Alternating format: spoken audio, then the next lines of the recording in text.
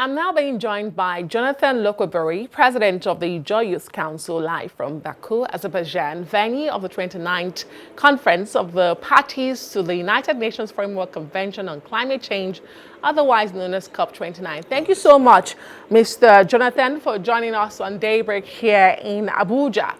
And let me just ask you, I mean, you were part of that report that just aired by Oveteme George. Is it feasible for Nigeria to be having this conversation and dialogue, given that, I mean, you are from the Niger Delta, this is very personal for you. Nigeria is still heavily reliant on fossil fuels for its economy. So how does Nigeria balance the conversation on reducing fossil fuels and greenhouse emissions to meeting the net zero race? Can we have that conversation? Is it possible? Well, this is part of the reasons why we have brought our cry to the global stage. Nigeria doesn't seem to even understand what Niger Deltans, Ijaw people and communities within the Niger Delta that bear oil face today. This, they think, is a problem of only Niger Delta, but it's an existential problem to all humanity. In the manner Nigeria is going, if we are not careful, we would have ended up destroying all lives and lives of human beings on an account of our quest to make more money from the oil without any attempt to even diversify, to divest from this fossil fuel dependent economy to renewable means of generating economy. So this is the reason why the message can no longer be only told in Nigeria. That's why we're in this global stage where the world now discusses this as an existential threat to humanity all over the world. How well do you think this message is being received at dialogues such as the COP29 that you're attending?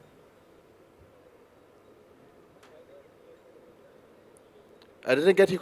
Okay, I was asking you because you talked about the importance of spreading this message beyond the shores of Nigeria. And I'm asking you how well the message has been received or is being received at conversations at the COP29. Well, you can see the position of the Canadian physicians who are not even Nigerians, but they see this as a human threat to lives of the people of the Niger Delta. And we believe that as Nigerians are also sending delegates here to COP29, just as they do regularly, this message must not be treated with the usual rhetorics. The lives of the people today, strange ailments in fact, of alarming proportion are now discovered. Cancer was never known to Ijaw people. Cancer was never known in the Niger Delta. Our people migrate. People can no longer sleep. Fertility of young people is no longer present. So this is a threat that threatens all human lives in the Niger Delta. As much as we cry about the life expectancy of Niger Deltans, today, life expectancy of the average Niger Delta is as low as 41 years. That is when life actually should begin. And as a country, there has to be critical thinking, realistic appraisal of this situation, and a decisive action taken to revamp the Niger Delta environment and the climate in general. Niger Delta is becoming an unlivable place. While the world grapples with this at the global level, Niger Delta is specific, the worst polluted environment in the history of humankind. And this cannot continue. Nigeria must no longer continue to do investments in fossil fuel without any plans to divest into cleaner means of energy. And can I ask you, what are the practical steps? We must transit, and that's the only way we Great, I get you. So this transition, there's also a conversation around it, that developing nations that are solely based on fossil fuels and just trying to make ends meet cannot be on the same track as the developed worlds who have used fossil fuel many years ago to develop their economies. But let me ask you, what are the practical steps the Nigerian government must begin to take to ensure that people from the Niger Delta do get justice from these climate change impacts?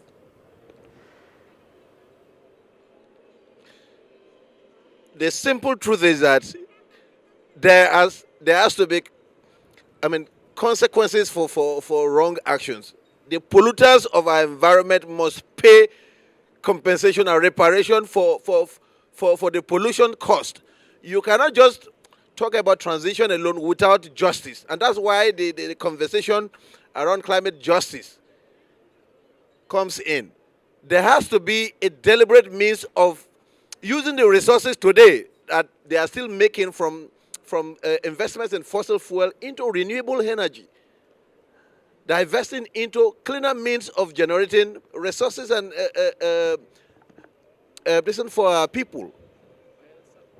Bielsa today, like there's a report today where Bielsa has given specific data on the damage to our environment and what must be done to change this narrative. The government of Bielsa State has generated a report which almost, because the entire Niger Delta has a similar terrain, similar polluted environment. The world today only knows about Ogoni, but Bielsa is far more polluted than Ogoni. And this has to be a deliberate effort by the Nigerian government and the polluters of the environment, the IOCs, to make sure that they don't just clean, but they also pay compensation for the damage to our ecosystem. Yes, and I do recall that that report was given to President Bola Tinubu very recently by the Bayelsa State Governor Doye Diri when he visited President Bola Tinubu at the presidential villa. But let me ask you, before we let you go, the conversation this year at the Climate Summit is very big on money. It's money talks. How much should be given to developing countries? From your vantage points attending the COP29 summit, are we making any headway? Are we able to close the gap between the divide of the biggest emitters and those who bear the brunt of this climate impact? How big is the money, and do you think is making any impact at all at the summit? It is quite worrisome. In Dubai last year at COP28, over $1 trillion was pledged. I'm wondering how much was remitted to Africa, which is bearing the greatest brunt of pollution, with less equipped systems to tackle these pollutions in our environment. Today, Azerbaijan has in history as the first place oil was discovered in the whole world. Today, the environment of Azerbaijan, oil refineries are in the midst of communities without we seeing any gas being fled. But in the Niger Delta, every community is littered with gas flaring, with oil littering all the streets of Niger Delta. That is the difference, and that's why Africa must unite around this conversation that the real action, the real promises of our people must be met with action. Thank you so much, Jonathan Lokwobere, President of the Joy Youth Council. Okay, go ahead. Line on that point while we wrap up very quickly. Government cannot only be interested in making the money for funding government activities without the environment that produces this wealth for our nation. Indeed, it is only fair. Thank you so much, Jonathan Lokwobere, President of the Joy Youth Council, live from Baku, Azerbaijan.